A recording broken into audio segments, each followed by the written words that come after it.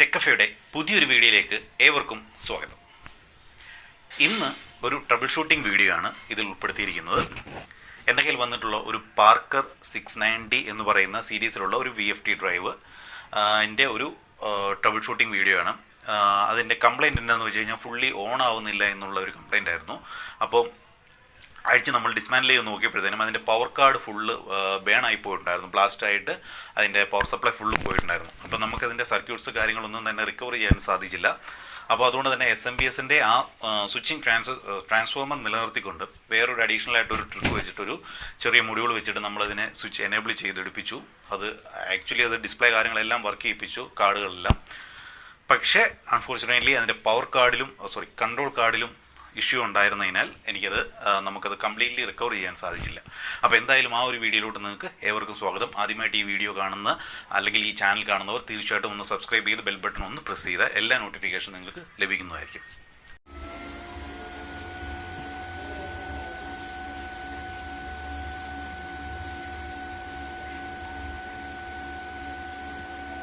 ഇതാണ് നമ്മുടെ പാർക്കറിൻ്റെ VFD ആണ്. സോ ഇത് അതിൻ്റെ അഴിച്ചു വെച്ചിട്ടുള്ള ഡിസ്പ്ലേ, നമ്മുടെ കൺട്രോൾ കാർഡാണ്. ഓക്കെ, അപ്പോൾ ആദ്യം തന്നെ നമുക്ക് ഓരോരോ കംപ്ലയിൻറ്റുകളായിട്ട് നോക്കാം. അപ്പോൾ നമ്മളെല്ലാം എനേബിൾ ചെയ്തു. പക്ഷേ ഈ കൺട്രോൾ കാർഡിലോട്ട് വന്നു കഴിഞ്ഞാൽ കൺട്രോൾ കാർഡിൻ്റെ ഈ IC ബേണായതാണ്. അതാണ് ഇങ്ങനെ ഈ ഒരു ഡോട്ട് കാണുന്നത്. അതേപോലെ ഇവിടെ നോക്കിയാൽ പല ICസിലും ആ ഒരു ഇതിൽ കാണുന്നുണ്ട്. അപ്പോൾ വോൾട്ടേജ് ഫ്ലക്ച്വേഷൻസ് കാരണം വന്നുകൊണ്ട് ഈ ഒരു സംഭവം ഇപ്പോൾ ഞാൻ നിങ്ങൾക്കൊരു വീഡിയോ കാണിച്ചു തരാം. ആ ഒരു കോമൺ മോഡ് എറർ എന്ന് പറഞ്ഞിട്ടുള്ള ആ ഒരു എററിൽ നിൽക്കുകയാണ്. ഓക്കെ, അത് റീസെറ്റ് ചെയ്യാനായിട്ട് സാധിക്കുന്നില്ല. അപ്പോൾ ഞാനിവിടെ യൂസ് ചെയ്ത ട്രിക്ക് എന്താണെന്ന് കാണിച്ചു തരാം. അതിൻ്റെ പവർ കാർഡിലോട്ട് ആദ്യം വരാം. ഇതൊന്ന് അഴിക്കട്ടെ. VFDയുടെ SMBS സെക്ഷനാണ് ഈ കാണുന്നത്. ഇതാണ് നമ്മൾ പറഞ്ഞ സ്വിച്ചിങ് ട്രാൻസ്ഫോമർ. സോ ഇതതിൻ്റെ SMBSൻ്റെ ഡ്രൈവർ സെക്ഷനാണ്. ഓക്കെ, രണ്ട് negative and positive regulator IC 7815 positive regulator 7815 positive regulator IC 7915 negative regulator IC. So it's A dual supply. അപ്പോൾ ഇതിൻ്റെ അകത്തെ പ്രശ്നം എന്താണെന്ന് വെച്ച് കഴിഞ്ഞാൽ ഇതിങ്ങനെ ഇത് കാർബൺ ഡെപ്പോസിറ്റ് കയറി ഇതിൻ്റെ ഉള്ളിൽ കയറിയിട്ട് ഇത് വെടിച്ചപ്പോൾ ബ്ലാസ്റ്റ് ആയപ്പോൾ ഇതിൻ്റെ ട്രാക്കുകളെല്ലാം പോയി. അപ്പോൾ ഈ ട്രാക്കുകൾ ഞാൻ വയറിട്ട് കൊടുത്തു. ഇതിൻ്റെ അകത്തെ സ്വിച്ചിങ് ട്രാൻസിസ്റ്റർ നമ്മൾ പിടിപ്പിച്ചിരുന്നു. BU5808 എന്നുള്ള സ്വിച്ചിങ് ട്രാൻസിസ്റ്റർ ആയിരുന്നു. പക്ഷെ പിടിപ്പിച്ചു, പക്ഷേ അത് വർക്കായില്ല. സോ ഉള്ളിലോട്ട് നോക്കിക്കഴിയുമ്പം ഇതിനുള്ളിലുള്ള കമ്പോണൻ്റ് അടക്കം പോയി. ട്രാക്കുകൾ ഓൾമോസ്റ്റ് ചെറിയ SMD ട്രാക്കുകളായതുകൊണ്ട് ഓൾമോസ്റ്റ് പോയി. അപ്പോൾ നമുക്കിത് മനസ്സിലായി, ഇത് റിക്കവർ ചെയ്യാൻ സാധിക്കില്ല എന്നുള്ള കാര്യം മനസ്സിലായി. സോ നമ്മൾ എന്ത് ചെയ്തു എന്ന് വെച്ച് കഴിഞ്ഞാൽ നമ്മൾ ഉപയോഗിച്ചൊരു ചെറിയ ട്രിക്കാണ്. ഒന്നെങ്കിൽ ഇതിൻ്റെ ഈ സ്വിച്ചിങ് ട്രാൻസ്ഫോമറിൻ്റെ കാര്യങ്ങൾ കണ്ടെത്തി നമ്മൾ വേറൊരു പവർ സപ്ലൈ ഡിസൈൻ ചെയ്യണം. സോ അതിനുള്ള ടൈം ഇല്ലാത്തതുകൊണ്ടും അത് കുറച്ച് ഡിഫിക്കൽട്ട് ടാസ്ക് ആയതുകൊണ്ടും എന്ത് ചെയ്തു എന്ന് വെച്ച് കഴിഞ്ഞാൽ നമുക്ക് മാർക്കറ്റിൽ കിട്ടുന്ന ഇങ്ങനെയൊരു മൊഡ്യൂൾ, ഇത് SMBS മൊഡ്യൂളാണ്. SMBS മൊഡ്യൂൾ എന്ന് പറയാൻ പറ്റില്ല, നമ്മുടെ സ്വിച്ചിങ് ട്രാൻസ്ഫോമർ ട്രിഗർ ചെയ്യുന്ന ഒരു ഫ്ലൈബാക്ക് മൊഡ്യൂളാണത്. ഓക്കെ, നിങ്ങൾക്ക് കാണാമെന്ന് വിചാരിക്കണം. ഒരു ഫ്ലൈബാക്ക് മൊഡ്യൂളാണ്. ഓക്കെ, ഈ ഫ്ലൈബാക്ക് മൊഡ്യൂളിൻ്റെ ഇത് ഞാൻ പ്രവർത്തനം പറഞ്ഞുതരാം. നമ്മൾ ഇതിൻ്റെ അകത്തൊരു സപ്ലൈ കൊടുത്തു കഴിഞ്ഞാൽ എറൗണ്ട് ഒരു 300 സപ്ലൈ നമ്മൾ കൊടുത്താൽ അത് സ്വിച്ച് ചെയ്തിട്ട് നമുക്ക് ഈ ട്രാൻസ്ഫോമറിനെ നമുക്ക് ഏത് ട്രാൻസ്ഫോമർ ആണെങ്കിലും നമുക്ക് എനേബിൾ ചെയ്യാൻ സാധിക്കും. സോ ഞാൻ ഇത് ചെയ്തിരിക്കുന്ന കണക്ഷൻ കാണിച്ചു തരാം. നമ്മൾ ആദ്യം ഇതിന് കണ്ടുപിടിക്കേണ്ടതെന്ന് പറഞ്ഞാൽ ഇതിൻ്റെ അകത്തെ വൈൻഡിങ് ആണ് അതിന് കണ്ടുപിടിക്കാനായിട്ട്. സോ ഏതൊരു സാധനത്തിൻ്റെയും ഇത് കണക്ട് ചെയ്യുന്ന എങ്ങനെയാണെന്ന് വെച്ച് കഴിഞ്ഞാൽ ഈ റെഡ് വയർ ഇവിടെ ഒരു സ്വിച്ചിങ് ട്രാൻസിസ്റ്റർ ഉണ്ടാവും. എന്തായാലും ആ സ്വിച്ചിങ് ട്രാൻസിസ്റ്ററിൻ്റെ കളക്ടറിൽ കൊടുക്കുക ഈ റെഡ് വയറിൻ്റെ പോർഷൻ. ഓക്കെ, അതിനുശേഷം ഇതിൻ്റെ ഒരു വൈൻഡിങ് രണ്ട് മെയിൻ വൈൻഡിങ് ആയിരിക്കും നമുക്ക് വോൾട്ടേജ് കൊടുക്കുന്നത്. അതിൽ ഒരു വൈൻഡിങ്ങിൽ നമ്മുടെ ട്രാൻസിസ്റ്ററിൻ്റെ കളക്ടർ സ്വിച്ച് ചെയ്ത് വരുന്ന കളക്ടറിൻ്റെ അവിടെ നമുക്ക് ഇത് കൊടുക്കുക. കാരണം അത് വേണ്ട, ഇത് മോസ്ഫെറ്റ് ത്രൂ സ്വിച്ച് ആയിക്കോളും. ഇതിനുള്ളിൽ ഒരു മോസ്ഫെറ്റ് ആണുള്ളത്, മോസ്ഫെറ്റ് ത്രൂ സ്വിച്ച് ആവും. സോ ഈ റെഡ് വയർ എടുത്ത് അവിടെ കണക്ട് ചെയ്യുക. പിന്നെയുള്ള ഒരു വയർ എടുത്തിട്ട് നമ്മൾ 300 വോൾട്ട് DC ഉണ്ടാവുമല്ലോ, നമ്മുടെ DC ബ്രിഡ്ജ് റെക്ടിഫയർ കഴിഞ്ഞ് വരുന്ന എന്താണോ സപ്ലൈ വോൾട്ടേജ് അതെടുത്ത് ഇവിടെ കൊടുക്കണം. സോ ഇവിടെ സപ്ലൈ ആയി. പിന്നെ ഉള്ളത് ഒരു സ്വിച്ചിങ് ട്രാൻസ്ഫോമർ, ഒരു ഫ്ലൈബാക്ക് ടോപ്പോളജി അറിയാവുന്നവർക്കറിയാം. ഒരു സ്വിച്ചിങ് ട്രാൻസ്ഫോമർ ഉള്ളതെന്ന് പറഞ്ഞു കഴിഞ്ഞാൽ ഒരു മെയിൻ വൈൻഡിങ്ങും രണ്ടാമതൊരു ഫീഡ്ബാക്ക്, അല്ലെങ്കിൽ ഫീഡ്ബാക്കിന് അത് പറയാൻ പറ്റില്ല ആക്ച്വലി, ഒരു ഒരു സ്വിച്ച് ചെയ്ത് നിർത്തുന്നതിന് വേണ്ടിയിട്ടുള്ള ഒരു വൈൻഡിങ് ആണ്.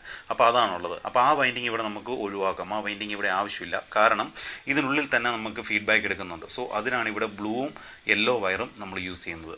അതിൻ്റെ അകത്ത് മാക്സിമം കിട്ടുന്ന വോൾട്ടേജ് ഇതിപ്പോൾ ഞാൻ പറഞ്ഞ പോലെ ഡിഫറെൻറ്റ് വോൾട്ടേജസ് ആണ് വരുന്നത്. 15, -15, അതേപോലെ 24, അങ്ങനെയൊക്കെ ഒരു ഡിഫറെൻറ്റ് വോൾട്ടേജ് ലെവൽ ആയതുകൊണ്ട് തന്നെ ഇതിൻ്റെ അകത്ത് വൈൻഡിങ് നിങ്ങൾക്ക് നോക്കിയാൽ കാണാം. IGBTക്കുള്ള ഡ്രൈവർ വോൾട്ടേജ് എല്ലാം പോകുന്ന ഇതിൽ നിന്നാണ്. ഓക്കെ, അതേപോലെ തന്നെ ഡിഫറൻറ്റ് കൺട്രോൾ കാർഡ്സിന് വേണ്ടിയിട്ടുള്ള വോൾട്ടേജുകളും ഡിറൈവ്ഡ് ആവുന്നത് ഇവിടെ നിന്നാണ്.